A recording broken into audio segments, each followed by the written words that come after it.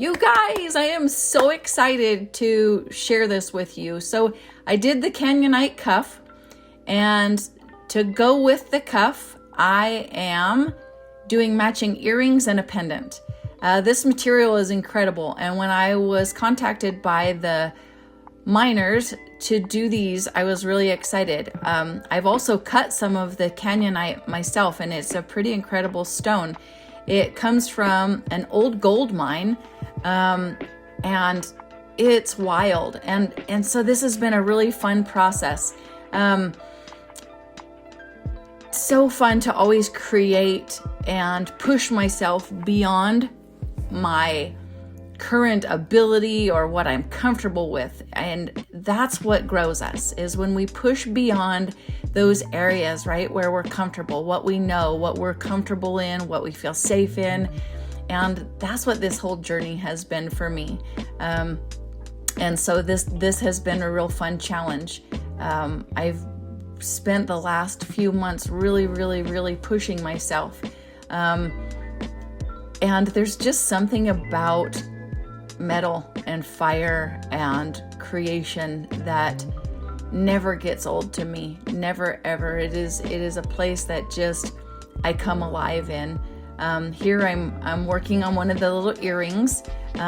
These whole things, it's a fun process because I kind of get an idea of where I'm going, but as I'm working on it, it just kind of takes form. Sometimes it looks a lot like what I plan it to be, and sometimes it doesn't. Sometimes it just kind of takes on its own whole thing. This soldering pick, freaking awesome. I love it. Hopefully this year, you guys, I'm going to start some online courses, and I'll share with you lists of all of my favorite things. This is a burr bit. I'm cleaning up the back. I used a heavy gauge wire. I think it was like 12 gauge wire there to make that for the bail. This is a heavy piece, and so I wanted to make sure that it's gonna hold up, but then I also want to make sure it wears well and it doesn't have any sharp points or edges that rub against either your clothing or your skin there in the back. So cleaning up all of those little parts is important. And then here, my little bench grinder. I'm using these little bristle discs that sand and polish, and I love these. These are probably one of my most used tools. They really make a difference in how much hand sanding you have to do with files and everything. They really work well. This, now I'm patinaing the leaves.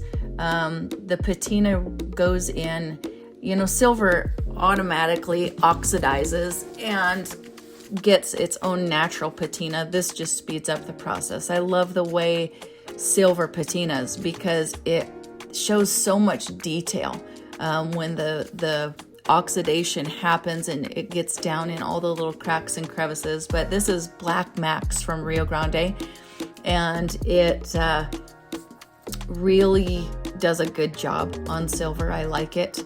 Don't look at my hands. My gosh, I look at my hands in these up close videos and I want to cry. One, they're beat up as crap and they're old, but they do their job. They work hard and they show up for me every day. So I'm so grateful. So there's the patina, and I know I should wear gloves. I have people message me all the time going, oh my gosh, it's toxic. Be careful. I get it. Here I am burnishing the edges of the bezel wire, and this makes it really shiny so that it just pops right around the stone. I use a million different kinds of tools, you guys. Everything I do, I modify, or I find things that work if I don't have something that does, just like my trusty toothbrush you see right down there in the bottom corner. That thing is gross.